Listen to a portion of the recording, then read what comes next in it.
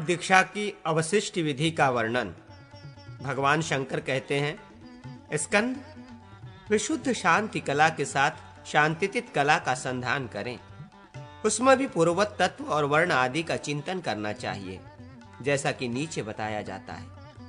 संधान कला में इस मंत्र का उच्चारण करें, ओम हा होम हा। शांतितीत कला में शिव और शक्ति ये दो तत्व हैं। 8 भुवन हैं, जिनके नाम इस प्रकार हैं: इंधक, दीपक, रोचक, मोचक, उधर्वगामी, व्योम रूप, अनाथ और 8वां अनाश्रित। ओमकार पद है, ईशान मंत्र है। आकार से लेकर विसर्ग तक 16 अक्षर हैं। नाद और हंकार ये 2 बीज हैं। कुहू और शंगिनी 2 नाड़ियां हैं। देवदत्त और धनंजय 2 प्राण वायु हैं। वाक और श्रोत 2 इंद्रियां हैं। शब्द विषय है, गुण भी वही है और अवस्था 5वीं तुर्यातीत है। सदाशिव देव ही एकमात्र हेतु हैं। इस तत्वादि संचय की शांतचित कला में स्थित है, ऐसा चिंतन करके ताड़न आदि कर्म करें। फड़ंत मंत्र कलापाश का ताड़न और बोधन करके नमस्कारांत मंत्र से शिष्य के अंतःकरण में प्रवेश करें। उसके बाद फड़ंत मंत्र से जीव चैतन्य को पाश से वियुक्त करें। वषट और नमः पदों से संपुटित स्वाहांत मंत्र का उच्चारण करके अंगकुश मुद्रा या पूरक प्राणायाम द्वारा पाश का मस्तक सूत्र से आकर्षण करके कुंभक प्राणायाम द्वारा उसे लेकर रेचक प्राणायाम एवं उद्धव मुद्रा द्वारा हृदय से संपुटित नमस्कारांत मंत्र से उसका अग्निकुंड में स्थापन करें। इसका पूजन आदि सब कार्य निवृत्ति कला के समान ही संपन्न करें। सदाशिव का आवाहन, पूजन और तर्पण करके उनसे भक्ति पूर्वक इस प्रकार निवेदन करें, भगवान, इस साध संज्ञक मोक्ष को तुम्हारे अधिकार में दीक्षित करता हूँ। तुम्हें सदा इसके अनुकूल रहना चाहिए। फिर माता पिता का आवाहन, पूजन एवं तर्पण सन्निधान करके हृदय संपुटित आत्म बीज से शिष्य के वक्ष स्थल में ताड़न करें। मंत्र इस प्रकार है, ओम हा ओम फट। इसी मंत्र से शिष्य के हृदय में प्रवेश करके अस्त्र मंत्र द्वारा पाशयुक्त चैतन्य का उस पाश से वियोजन करें। फिर ज्येष्ठा अंकुश मुद्रा द्वारा संपुटित उसी स्वाहांत मंत्र से उसका आकर्षण और ग्रहण करके नमोन्त मंत्र से उसे अपने आत्मा में नियोजित करें। आकर्षण मंत्र तो वही ओम हा हुम फट है, परंतु आत्मनियोजन का मंत्र इस प्रकार है, ओम हा आत्मने नमः। पूर्ववत वामा उद्धव मुद्रा द्वारा माता पिता के संयोग की भावना करके इसी मंत्र से उस जीव चैतन्य का देवी के गर्भ में स्थापन करें। तदनंतर पूर्वोक्त विधि से गर्भाधान आदि सब संस्कार करें। पाशबंध की शिथिलता के लिए प्रायश्चित के रूप में मूल मंत्र से 100 आहुतियां दें अथवा मूल मंत्र का 100 बार जप करें। मल शक्ति के तिरोधान और पाशों के वियोजन के निमित्त अस्त्र मंत्र से पूर्ववत 5-5 आहुतियां दें। कला संबंधी बीज से युक्त आयुध मंत्र से 7 बार अभिमंत्रित की हुई कटार रूप अस्त्र से पाशों का छेदन करें। उसके लिए मंत्र इस प्रकार है, ओम हा शांतितीत कलापाशाय हुम फट। तदनंतर अस्त्र मंत्र से पूर्ववत उन पाशों को मसलकर वर्तुलाकार बनाकर घी से भरे हुए स्त्रु में रख दें और कला संबंधी अस्त्र मंत्र के द्वारा ही उसका हवन करें।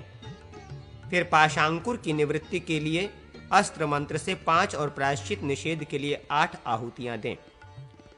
इसके बाद हृदय मंत्र से सदाशिव का आवाहन एवं पूजन और तर्पण करके पूर्वोक्त विधि से अधिकार समर्पण करें। उसका मंत्र इस प्रकार है, ओम हा सदाशिव मनोबिंदु शुल्कम ग्रहाण स्वाहा।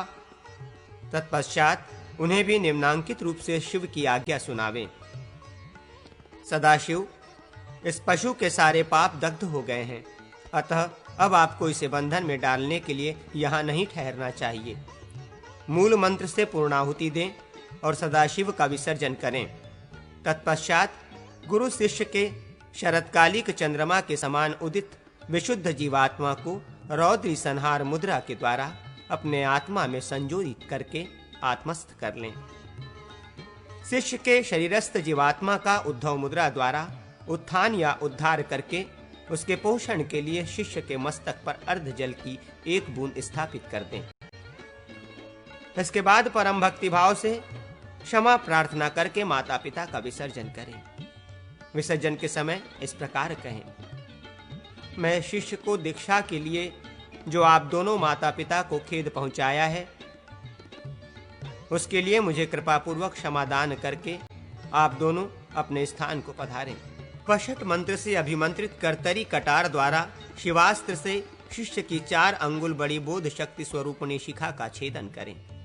छेदन के मंत्र इस प्रकार हैं, ओम हुम शिखाय हुम फट, ओम अस्त्राय हुम फट, उसे धृतपूर्ण स्क्रू में रखकर ओम फट, उसे धृतपूर्ण श्रुक में रखकर ओम फट अंत वाले अस्त्र मंत्र से अग्नि में होम दें। मंत्र इस प्रकार हैं, ओम ओम हम अस्त्राय हुम फट। इसके बाद श्रुक और श्रुवा को धोकर शिष्य को स्नान करवाने के पश्चात स्वयं भी आचमन करें और योजनिका अथवा योजना स्थान के लिए अस्त्र मंत्र से अपने आप का ताड़न करें। तत्पश्चात वियोजन, आकर्षण और संग्रहण करके पूर्ववत द्वादशांत ललाट के ऊपरी भाग से जीव चैतन्य को ले आकर अपने हृदय कमल की कर्णिका में स्थापित करें। श्रुक को घी से भरकर और उसके ऊपर अधोमुख श्रुक रखकर शंख तुल्य मुद्रा द्वारा नियोक्त विधि से हाथ में लें। तत्पश्चात नादोच्चारण के अनुसार मस्तक और ग्रीवा फैलाकर दृष्टि को समभाव से रखते हुए स्थिर, शांत एवं परम भाव से संपन्न हो कलश, मंडल, अग्नि, शिष्य तथा अपने आत्मा से भी 6 प्रकार के अध्वा को ग्रहण करें। श्रुक के अग्रभाग में प्राणमयी नाड़ी के भीतर स्थापित करके उसी भाव से उसका चिंतन करें। इस प्रकार चिंतन करके क्रमशः 7 प्रकार के विषयों का ध्यान करें। उन 7 का परिचय इस प्रकार है। पहला प्राण संयोग स्वरूप है और दूसरा हृदयागी क्रम से उच्चारित मंत्र संज्ञक है। तीसरा सुषुम्ना में अनुगत नाद या नाड़ी रूप है। नाड़ी संबंध नाद का जो शक्ति में लय होना है उसको प्रशांत विषुव कहते हैं। शक्ति में लीन हुए नाद का पुनः उज्जीवन होकर जो ऊपर को संचार और समता में लय होता है उसे शक्ति नामक विषु कहा गया है। संपूर्ण नाद का शक्ति की सीमा को लांघकर उन्मनी में लीन होना काल विषु कहलाता है। ये छठा है। यह शक्ति से अतीत होता है। 7वां विषु है। तत्व संज्ञक यही योजना स्थान है। पूरा करकुंभक करके मुंह को थोड़ा खोलकर धीरे धीरे मूल मंत्र का उच्चारण करते हुए भावना द्वारा शीर्षात्मा का लय करें। उसका क्रम यूं है, विद्युत सदृश 6 अध्यायों के प्राण स्वरूप में फटकार का चिंतन करें। नाभि से ऊपर का एक बित्ते का स्थान फटकार है जो प्राण का स्थान माना गया है। उससे ऊपर हृदय से 4 अंगुल की दूरी पर अकार का चिंतन करना चाहिए। यह ब्रह्मा का बोधक है। उससे 8 अंगुल ऊपर कंठ में विष्णु का वाचक उकार है। उससे भी 4 अंगुल ऊंचे तालु स्थान में रुद्रवाचक मकार की स्थिति है। इसी प्रकार ललाट के मध्य भाग में ईश्वरवाचक बिंदु का स्थान है। ललाट से ऊपर ब्रह्मरंध्र पर्यंत नाद में सदाशिव देव विराजमान हैं। उनके साथ ही वहां उनकी शक्ति भी विद्यमान है। उपर्युक्त तत्वों का क्रमशः चिंतन और त्याग करते हुए अंततो गत्वा शक्ति को भी त्याग दें। वही दिव्य पिपीलिका स्पर्श का अनुभव करके ललाट के ऊपर के प्रदेश में परम तत्व, परमानंद स्वरूप, भाव शून्य, मनोतीत, नित्य गुणोदयशाली शिव तत्व में शिवात्मा के विलीन होने की भावना करें। परम शिव में योजना की स्थिरता के लिए ओम नमः शिवाय वषट इस मंत्र का उच्चारण करते हुए अग्नि की ज्वाला में घी की धारा छोड़ता रहे। फिर विधि पूर्वक पूर्णाहुति देकर गुणापादन करें। उसकी विधि इस प्रकार है। निम्नांकित मंत्रों को पढ़कर अग्नि में आहुतियां दें। ओम हात्मन सर्वज्ञो भय स्वाहा, ओम ह्रीं आत्मन नित्य तृप्तो भव स्वाहा, ओम हुम आत्मन अनादिबोधो भव स्वाहा, ओम हम आत्मन स्वतंत्रो भव स्वाहा, ओम हम आत्मन अलुप्त शक्ति भर्वो स्वाहा, ओम हम आत्मन अनंत शक्ति भर्वो स्वाहा।